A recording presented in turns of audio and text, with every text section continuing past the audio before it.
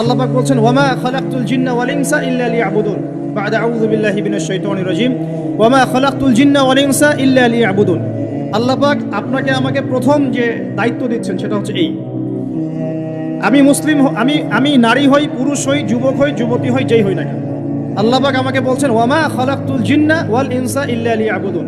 দেখো, আমি জিন আর মানব জাতিকে শুধুমাত্র আমার ইবাদত করার জন্যই দুনিয়ায় পাঠিয়েছি, আর কোনো কারণ নাই। এই যে আল্লাহ পাক আমাদেরকে 60 বছর 70 বছর হায়াত দিয়েছেন, একটা কারণ, অনলি একটা, ইল্লা লিয়াবুদুন, যাতে আমরা আল্লাহর ইবাদত করতে পারি। আবার বোঝেন, আল্লাহ পাক আমাদেরকে দুনিয়াতে শুধু তার ইবাদত করতেই পাঠিয়েছে। আল্লাহ পাক এখানে একটা পরীক্ষায় ফেল করেছি হতাশ হয়ে আত্মহত্যা করতে পারেন নাই। আল্লাহ পাক এখানে একটা মেয়ের পিছনে ঘুরে জীবন নষ্ট করতে পারেন নাই। আল্লাহ পাক এখানে আমাদেরকে ধর্ষণের সেঞ্চুরি করতে পারেন নাই। আল্লাহ পাক এখানে আমাদেরকে অন্যায়ভাবে অন্যের সম্পদ আত্মসাৎ করতে পারেন নাই। মাদকের যে ভয়াল থাবা চলছে এর মধ্যে নেশায় বুধ হয়ে যাওয়ার জন্য আল্লাহ পাক আমাদেরকে পাঠান নাই। কি জন্য পাঠিয়েছে? পলিটিক্যাল মারামারি করতে আল্লাহ পাঠান নাই আমাদেরকে দুনিয়ায়। সোশ্যাল ক্ষমতার দ্বন্দ্বে লিপ্ত হওয়ার জন্য পাঠান নাই। মিলস, ইন্ডাস্ট্রিজ এন্ড ফ্যাক্টরিজের নেশায় বুধ হয়ে পরকাল ভুলে যাওয়ার জন্য আল্লাহ এখানে পাঠান নাই। আল্লাহ পাক একটা রিজনে পাঠিয়েছেন, অনলি একটা। এবং এই দায়িত্বটা আল্লাহ পাক কিন্তু কড়াই গন্ডায় উসুল করে নেবেন আমাদের কাছে। ভাববেন না আল্লাহ পাক এই পুরো মহাবিশ্ব খেলার ছলে সৃষ্টি করেছেন, এমন নয়।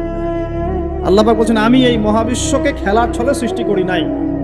ওয়ামা খালাকতুল জিন্না ওয়াল ইনসা, বলেন, ইল্লা লিয়াবুদুন, আমি শুধুমাত্র এবং শুধুমাত্র আমার ইবাদত করার জন্যে মানুষ আর জিনদেরকে সৃষ্টি করেছি। জিনকে আমরা দেখি না, আমাদের সাথে জিনরা আছেন। জিনের মধ্যে ভালো খারাপ আছে, ঠিক যেমন মানুষের মধ্যে ভালো খারাপ আছে। আর প্রত্যেকটা মানুষের সাথে একটা করে শয়তান জিন থাকে, যে মানুষকে খারাপ কাজে প্রলুব্ধ করে, যে নিজে খারাপ কাজ জোর করে করায় না, সে শুধু প্রলুব্ধ করে। সে বলে মাদকের মধ্যে শান্তি, ওয়াসওয়াসা দেয়, কাজটা বাস্তবায়ন করেন আপনি। সে বলে যে এটা তো ছেলে মেয়ের ফ্রেন্ড, বয়ফ্রেন্ড গার্লফ্রেন্ড কালচার, বন্ধুত্ব, এটা এমন কিছু নয়, জেনা করেন আপনি।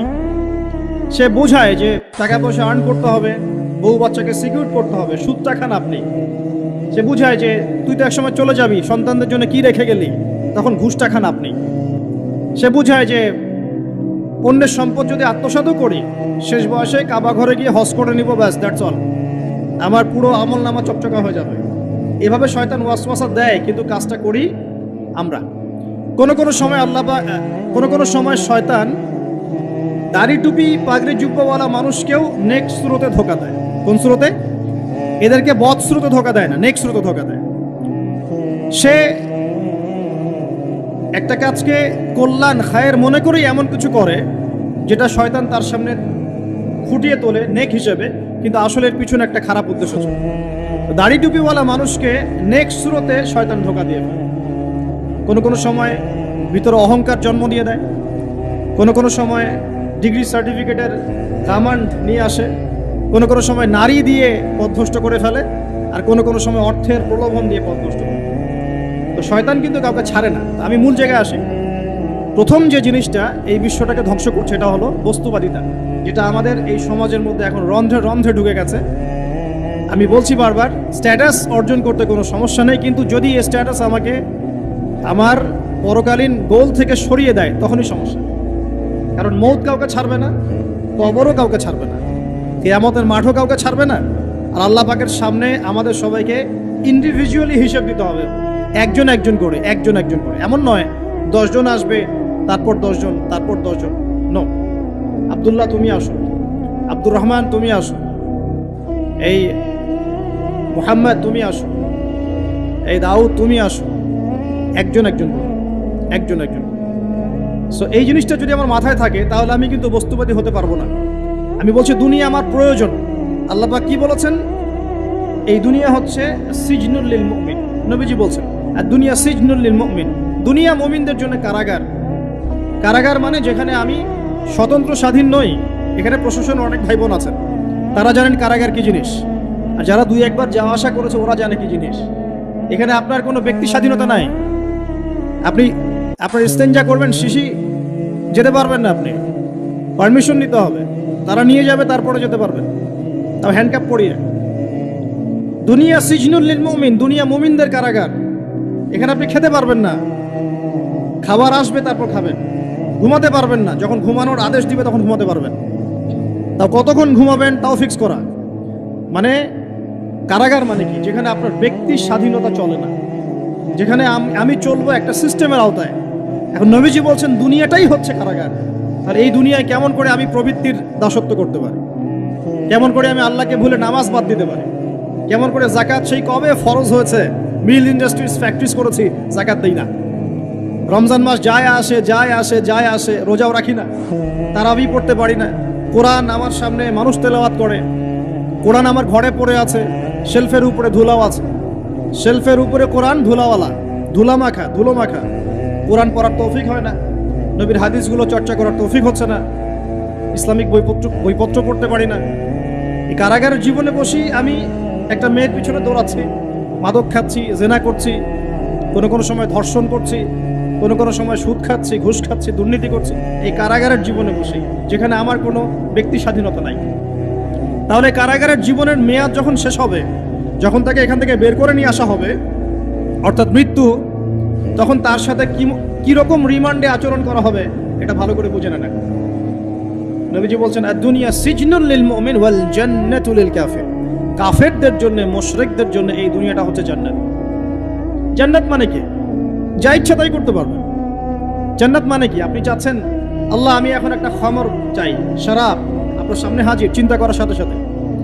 জান্নাত মানে কি? আল্লাহ আমি আপনাকে দেখতে চাই, আল্লাহকে আপনি দেখতে পারবেন। জান্নাত মানে কি? আপনি মধুর নহর, দুধের নহর, পানির নহর, শরাবের নহর, হুরে নিঈন চতুর্দিকে ঘোরাফেরা করছেন। একজন নিম্নমানের জান্নাতি, মানে সবচেয়ে শেষের দিকে যারা জান্নাতে যাবে, তাদের সাথেই দুজন করে হুরে নিঈন, আহাল পরিবার তো আছেই, গেলমান পানপাত্র নিয়ে চারপাশে ঘোরাফেরা করে।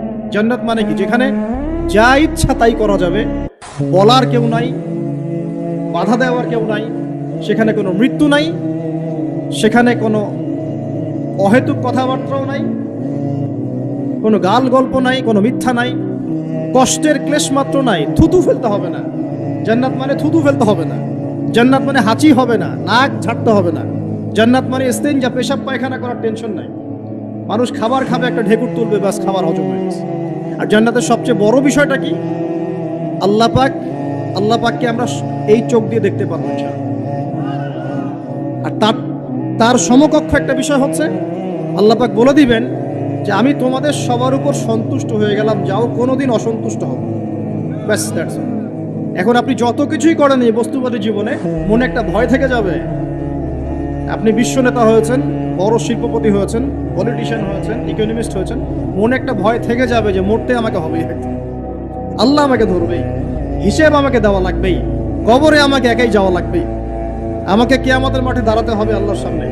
মনে একটা ভয় কাজ করে, যদিও বাইরে মানুষ দেখায় যে কোনো ভয় নাই।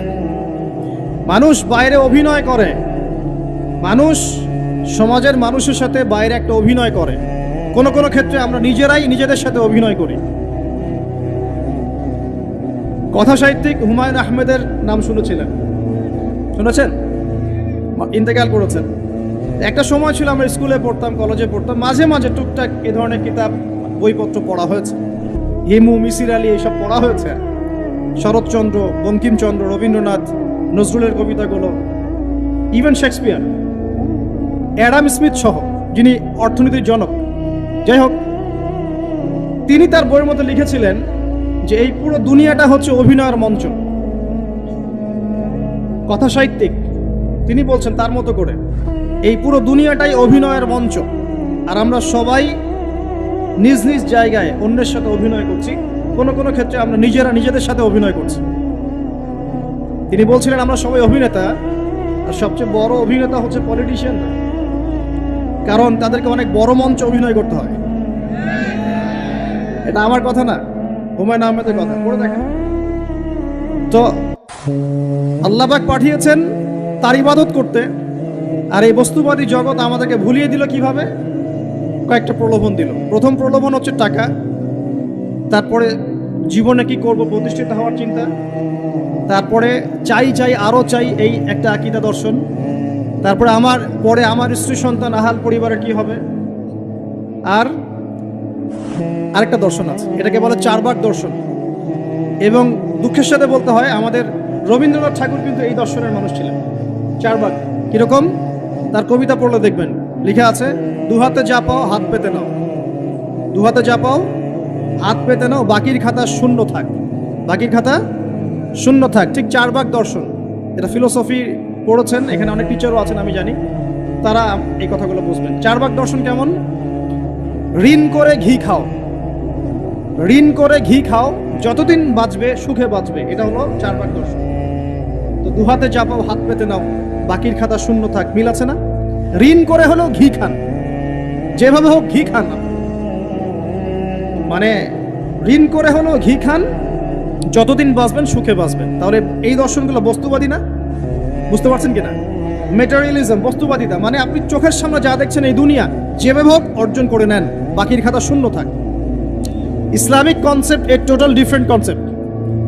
ইসলামের ঈমান, আকীদা, ইসলাম, পরকাল, মুহাম্মদ সাল্লাল্লাহু আলাইহি ওয়াসাল্লামের আদর্শ সম্পূর্ণ ডিফারেন্ট। আমরা বলি কি, এই দুনিয়াতে আমরা মুসাফির, দুনিয়াতে আমরা কি মুসাফির, কে কতদিন থাকবো কোনো ঠিক নাই। নবীজি বলছেন, হে আব্দুল্লাহ বিন ওমর, তুমি